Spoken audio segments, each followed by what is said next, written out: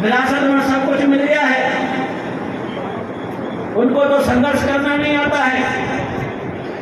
लोगों से व्यक्ति के माध्यम से जवाब देना चाहते हैं और बताना भी चाहते हैं कि माननीय आका जी को विरासत में कुछ नहीं मिला है सिवाय संघर्ष के।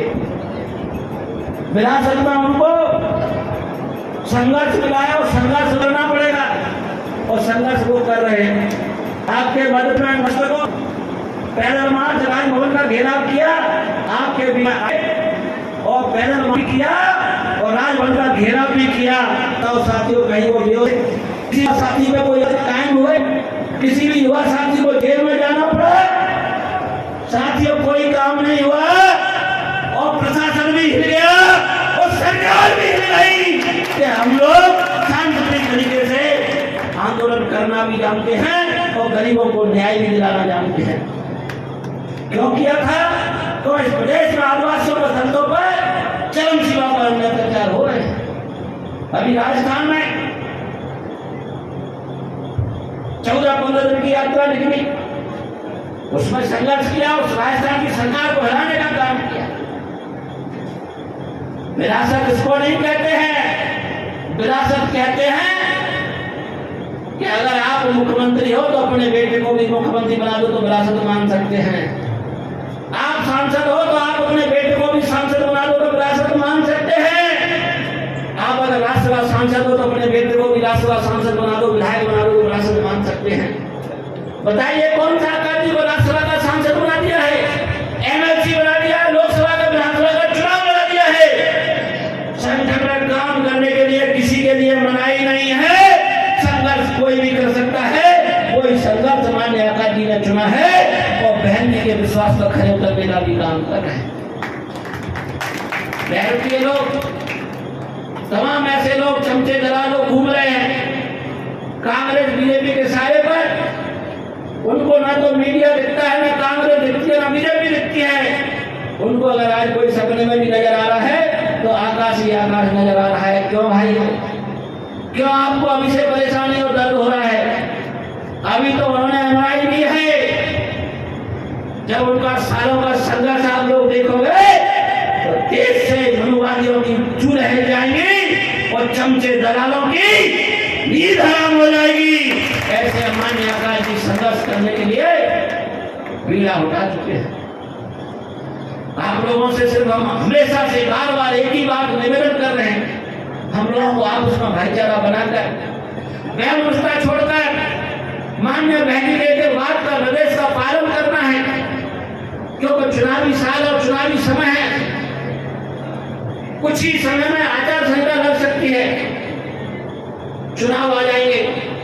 ये लोग आपके बीच में तरह तरह के वादे कर रहे हैं। मामा जी हर दिन सरकारी पैसे का दुरुपयोग करके बड़े बड़े मंच लगाकर नौटंकी जैसा ड्रामा कर रहे हैं। हम अपनी बहनों को ऐसा कर रहे हैं, हमारे भाइयों को ऐसा कर रहे हैं, किसानों के लिए ये कर रहे हैं, बच्चों के लिए ये कर रहे हैं, मास्टरों की तनख्वाह बढ़ा रहे हैं, किसी को परमानेंट की बात करते हैं, बेरोजगार की भत्ते की बात करते हैं।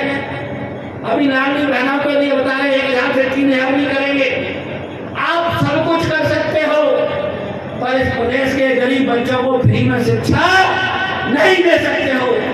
प्रदेश में करोड़ों बेरोजगारों को नौकरी नहीं दे सकते हो और नौकरी की जगह भी निकालोगे तो क्या कर रहे हो? आपने देखा होगा व्यापक घोटाला, शिक्षक भर्ती घोटाला, पटवारी भर्ती घोटाला और अब पुलिस की भर्ती घोटाला हो रहा है। यानी आप इस प्रदेश को घोटाला दे सकते हो पर पढ़े लिखे बच्चों को सही से रोजगार नहीं दे सकते हो, बहन बेटियों की सुरक्षा नहीं कर सकते हो। जिन बहनों को आप लाडली बहना योजना के नाम पर 1000 दे रहे हो, उसी बहन को आप निर्वस्त्र घुमाने पर मजबूर कर रहे हो। आप गवर्नर को कोई भी सख्त सजा देने का काम नहीं कर रहे हो। जिस नितिन अहरवाल की हत्या हुई, पार्टी के लोगों ने ज्ञापन दिया, पैदल मार्च किया और उस पीड़िता लड़की ने भी पुलिस प्रशासन से, सरकार से गुहार लगाई कि हमें इंसाफ चाहिए, हमें न्याय चाहिए।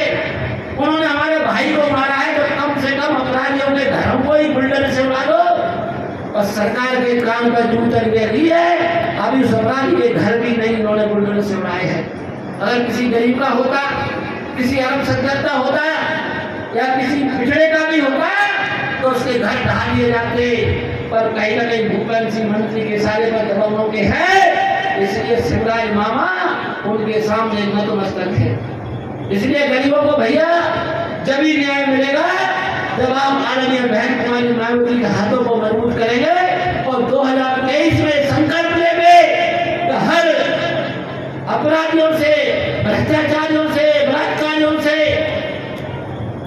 पीछा छुड़ाना है तो बहुजन समाज पार्टी की सरकार बनाना है। माननीय बहन जी के नेतृत्व में हमें इस देश में भी सरकार बनाना है।